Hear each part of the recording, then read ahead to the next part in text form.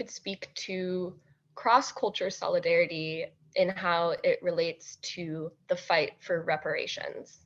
I think cross-cultural solidarity has always been part of how we look at what we do, especially I think the generation that came of age and was active out of the 60s, really experienced and looked at the world in that perspective of third world solidarity and also international, because we saw what was going on in Vietnam and other places in the world. So I think that's always been kind of our outlook as far as solidarity and cross-cultural work. It hasn't always been practiced as much as it should be, but I think we saw that whatever we were going through, whether it was similar, came from the same roots, and that even if we worked in our own communities, we were still had the same goal, Right. So it didn't mean we had to be all over the place, all connected. So during redress, we whenever we came across an issue or struggle that kind of resonated with us, anti-apartheid or the Hopi Navajo Nation fighting the removal of being removed from their land and uranium contamination, things like that. We responded to that and kind of looked for ways to actually work with other communities and people. My generation, Gen X, a lot of us were studying in the 90s about Kathy's generation and them going through these different third world liberation movements, whether it was like anti-war or, in struggle with other communities over connected issues. Sort of the question about cross-cultural solidarity, how it comes into play with the fight for reparations. I think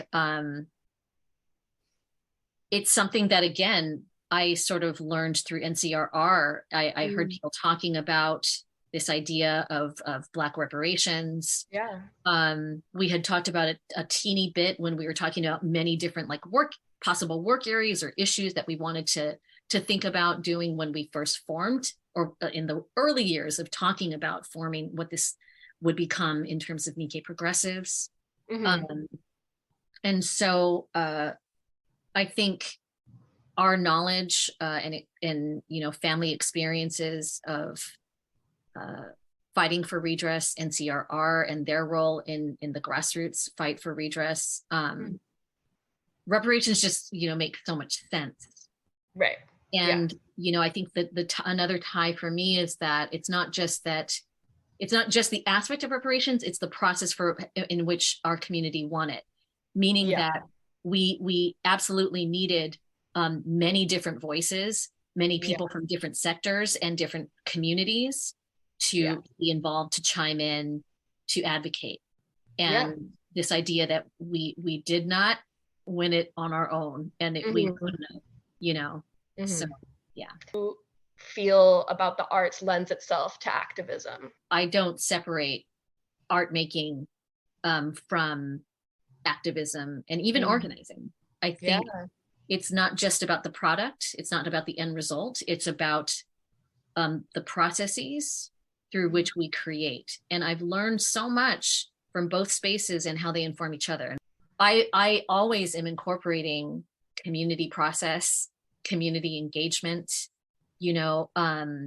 valuing many voices in the room, thinking about who's not in the room, thinking about the limitations of the room.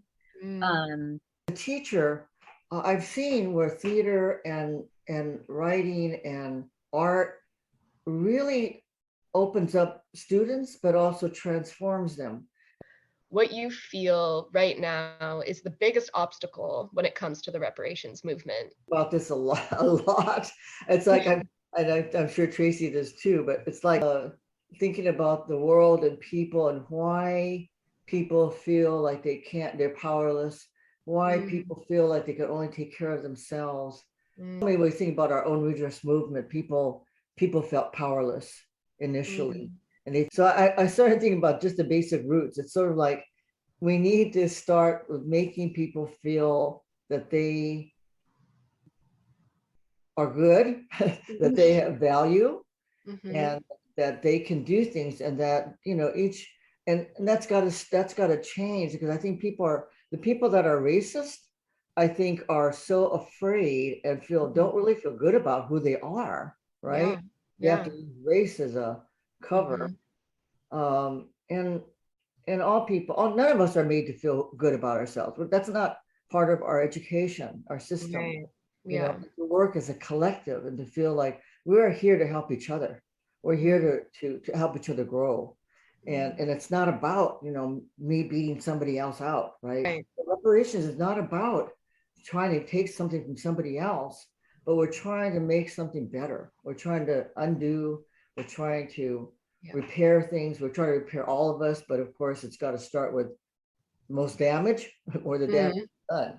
You know? When I think about obstacles, I think about how this is the intent of white supremacy, right? For us to be divided, feeling disconnected, amazingly, but again, understandably, because of white supremacy, the power of white supremacy, we are understandably still locked into division. This is on purpose. This is how power maintains itself, right? So that's what we're up against. Like, that's the obstacle. It's not about people like disagreeing with each other around what happens with reparations. It's not about infighting. It's not about like division or disagreement. No. See, again, that's another tactic of meeting other people, trying to say that those are the obstacles. So because people can't agree with what it should be. It's like, no, the obstacles is fucking white supremacy. Oh my God, language, sorry. You're fine. The obstacles, you know, it boils down to that, right? Racism, racial constructs, white supremacy, patriarchy, and capitalism, right? So I just think we have all those things so up against the work that we're doing on like a heart level through our art, in education. I think like those are the things, right? Learning and creating. Those are such incredible, essential human practices. And we see how important it is, because again, anyone trying to protect institutions of power, what do they go after, right? What is already underfunded? What is under-resourced? What is not whole?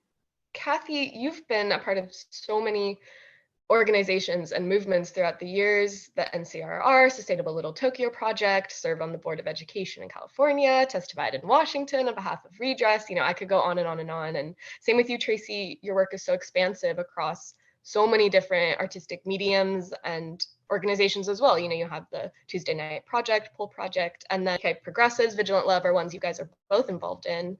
How do you stay motivated and energized in the fight?